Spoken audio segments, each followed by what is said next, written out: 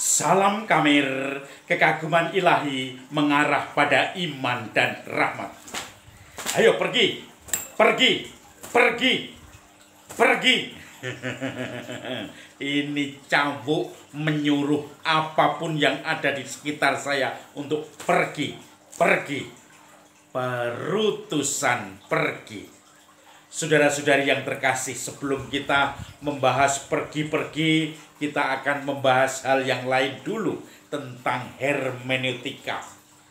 Ketika saya frater dulu kuliah di STF Triarkara Jakarta, suatu saat ada seorang pendeta yang dosen kitab suci hermeneutika atau tafsir kitab suci, dan dia sudah dosen internasional, jam terbangnya tinggi. Dia sedang mengunjungi di STT, Sekolah Tinggi Teologi, di mana calon-calon pendeta itu dididik di situ. Dan kami jaraknya tidak terlalu jauh. Maka dosen kami, Romo Martin Harun, seorang dosen yang hermeneutika, yang menafsir kitab suci, dia menugaskan mahasiswa-mahasiswa dari STF, calon-calon frater ini atau calon-calon Romo, para frater, untuk ikut kuliah di sana, mendengarkan dosen yang sudah punya kapasitas dosen internasional, dosen terbang. Kemudian kami semua ikut kuliah di kampus STT itu. Dan setelah pulang, tugasnya adalah membuat resume, kesimpulan, ringkasan atas kuliah itu masing-masing mahasiswa. Maka kemudian saya juga membuat, dan kemudian ada fotokopi yang sudah diterjemahkan dalam bahasa Indonesia oleh STT atau pihak kampus calon-calon pendeta itu. Maka ketika membuat kesimpulan dari atau mungkin ringkasan dari kuliah itu, maka saya juga mengacu, atau semua mahasiswa, semua frater mengacu pada sumber yang sudah difotokopi itu, yang ada bahasa Indonesia, ada judul, subjudul, ada urean. Maka kesimpulan atau tugas yang saya kerjakan, ringkasan kuliah itu, mengacu itu, subjudulnya juga kadang-kadang sama, kadang-kadang beda. Kemudian tentu saja ketika kami mengerjakan tugas, dosen kami Romo Martin Harun tidak tahu bahwa ada sumber yang diberikan oleh kampus STT ini. Lalu kemudian kami membuat tugas. Saya waktu itu bertinggal di unit Salemba Bluntas bersama beberapa frater. Satu angkatan ada 3 frater waktu itu. Maka kemudian ketika tugas bersama selesai dikumpulkan, saya dipanggil oleh Romo Martin Harun. Romo Martin Harun mengatakan, "Apakah kamu mengerjakan tugas sendiri?" "Ya, saya sendiri." "Kamu serius?" "Ya, saya serius." Kemudian saya melihat ada sesuatu kekurangan karena tugas yang kamu kerjakan itu kok mirip dengan tugas dari frater yang kamu tinggal satu rumah. Saya kaget, tapi ya sudah, nggak apa-apa. Kemudian Romo Martin Harun mengatakan, "Kamu nanti meringkas buku ini, supaya setelah kamu ringkas, nanti kamu kumpulkan ke saya." Kemudian saya mengatakan, "Ya, no problem." Saya keluar, kemudian membawa buku yang diberikan Romo Martin Harun. Tetapi begitu saya mikir-mikir, bukankah saya secara halus dituduh saya menyontek? Bukankah secara halus dituduh saya nyontek dari pekerjaan teman saya? Mungkin saya yang malas dulu sehingga dianggap tidak hadir dalam kuliah dan kemudian hanya nyontek pekerjaan teman. Karena subjudul juga sama, judul utama pun sama, kemudian juga urean-urean beberapa kalimat sama. Dan itu sumber yang asli dari dosennya adalah bahasa Inggris. Kemudian Romo Martin Harun yakin karena dia ahli menafsir, dia ahli hermeneutika, dia ahli mana kata-kata yang mirip atau plagiat mungkin ya. Maka saya dituduh jadi plagiat dari teman saya, frater. Kemudian saya balik ke kamarnya.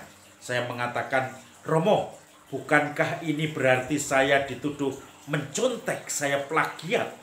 Romo tersenyum, tapi saya mengatakan, Romo, kenapa sama? Ini saya bisa menerangkan karena sumbernya adalah sama. Maka judul, subjudul, beberapa kalimat bisa sama karena saya dan frater yang lain itu mengacu dari sumber yang sama.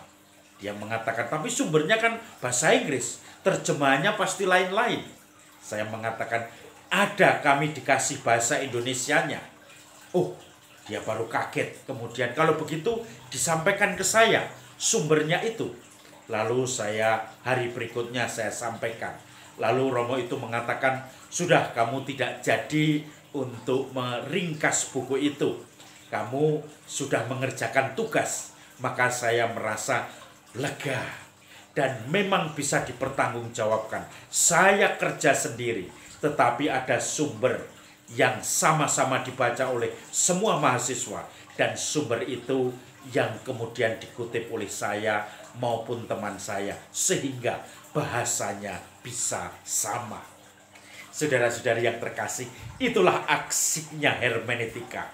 Itulah asiknya orang-orang yang meneliti plagiat. Bisa tulisan beberapa kalimat sama, kita sudah mencurigai ini pasti menyontek. Kalau judul subjudulnya juga sama, sampai uraiannya yang detail sama, pasti ini plagiat, tidak diedit. Saudara-saudari yang terkasih, kenapa saya memberikan ilustrasi tentang plagiat hermeneutika ini? Kita akan sedikit belajar berhermeneutika dengan Injil hari ini. Injil hari ini diambil dari Injil Markus. Saya bacakan, menarik. Markus ini seperti membuat kesimpulan Injil hari ini.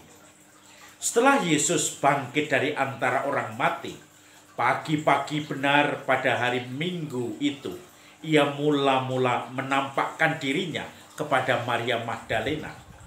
Daripadanya Yesus pernah mengusir 7 setan. Lalu perempuan itu pergi memberitahukannya kepada mereka yang selalu mengiringi Yesus dan yang pada waktu itu sedang berkabung dan menangis. Tetapi mereka, ketika mereka mendengar bahwa Yesus hidup dan telah dilihat olehnya, maksudnya Maria Magdalena, mereka tidak percaya.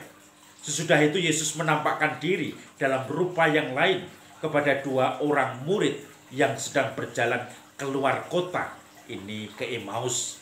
Ketika mereka kembali dan memberitahukannya kepada teman-teman yang lain, kepada mereka pun teman-teman ini tidak percaya. Akhirnya Yesus menampakkan diri kepada ke-11 orang itu ketika sedang makan. Yesus mencela ketidakpercayaan dan kedegilan hati mereka. Oleh karena mereka tidak percaya kepada orang-orang yang telah melihat dia sesudah kebangkitannya. Lalu Yesus berkata kepada mereka, pergilah ke seluruh dunia, beritakanlah Injil kepada segala makhluk. Saudara-saudari yang terkasih, kita bisa melihat bagaimana ketidakpercayaan para murid. Tetapi kita bisa melihat bagaimana kalau Anda semua sering belajar sastra atau mengarang, entah itu karangan pendek, karangan panjang.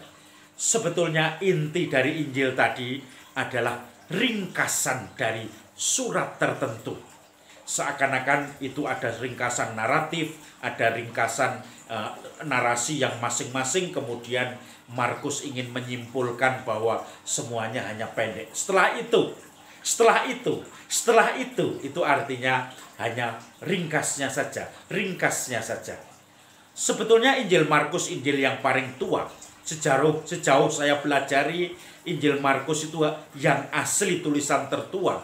Itu hanya berhenti pada makam kosong. Wanita-wanita melihat makam kosong dan mereka kembali ke para rasul. Tetapi mereka takut. Tidak memberitakan, tetapi mereka takut. Saudara-saudari yang terkasih, ada diperkirakan oleh para penafsir itu setelah tulisan yang paling kuno Injil Markus ini muncul tambahan-tambahan untuk meyakinkan bahwa memang Yesus bangkit. Tambahan-tambahannya adalah tadi yang dikatakan oleh kesimpulan Injil hari ini. Yesus menampakkan diri pada Maria Magdalena. Mereka tidak percaya. Kemudian setelah itu Yesus menampakkan diri kepada para murid, 2 murid keluar kota. Mereka tidak percaya. Kemudian kepada para murid akhirnya mereka ditegur kedegilan dan ketidakpercayaan. Ini merupakan kesimpulan. Sebetulnya sebelum Yesus dimakamkan, itu dalam Injil Markus ada pentakhtaan Kristus sebagai raja. Beberapa di tahun tertentu A atau B atau C, saya lupa tahun liturgi, itu dikatakan Injil biasanya pada saat perayaan hari raya Kristus Raja Semesta Alam, bacaannya dipakai ketika Yesus disalib dan ditombak, kemudian keluar darah dan air. Prajurit yang adalah orang Romawi bukan orang Yahudi, dia mengatakan sungguh orang ini anak dewa. Dia tidak mengatakan Mesias, dia tidak mengatakan anak Allah, karena dia adalah orang kafir. Dikatakan kafir karena dia orang Romawi, tidak percaya pada Tuhan kecuali pada dewa-dewi. Maka dia mengatakan sungguh orang ini anak dewa. Itu tulisan aslinya. Maka dilanjut kemudian Yesus dimakamkan dan makam kosong. Kebangkitan yang dirasakan walaupun para murid, pengikutnya, wanita-wanita tidak melihat Yesus langsung. Tetapi inti dari kebangkitan, indikasi mereka percaya pada kebangkitan adalah bagaimana para murid kemudian semangat mewartakan Kristus yang bangkit. Bahkan pada bacaan pertama hari ini, Petrus dan saudara-saudara pengikut-pengikutnya mewartakan kebangkitan Kristus. Diancam supaya diam, akan dibunuh. Tidak ada ketakutan sama sekali. Semangat kebangkitan sudah menyala-nyala. Api kebangkitan sudah menggerakkan mereka untuk tidak berani berbohong lagi, untuk berani mewartakan kegembiraan Paskah, mewartakan pengharapan, mewartakan bahwa mereka-mereka yang tidak punya harapan sekarang sudah diberikan pengharapan. Saudara-saudari yang terkasih, itulah kebangkitan. Ketika hati kita dikatakan oleh Yesus, pergilah ke seluruh dunia, wartakanlah Injil kepada segala makhluk. Pergi, pergi, pergi, pergi. Apa yang diwartakan? Injil kepada segala makhluk. Apa itu Injil? Injil kabar kebangkitan Tuhan, kabar kegembiraan Tuhan, kabar tahun rahmat Tuhan, di mana setiap orang yang berbeban berat sekarang diringankan. Orang yang dipenjara sekarang mendapatkan penghiburan. Dan kita semua yang dengan masalah kita masing-masing mendapatkan seluruh beban, mendapatkan seakan-akan tanggungan yang tak tertahankan. Sekarang kita mendapatkan penghiburan. Datang kepada Tuhan yang letih lesu dan berbeban berat. Aku akan memberikan kelegaan. Wartakan, wartakan. Salam Kamir, kekaguman ilahi mengarah pada iman dan rahmat.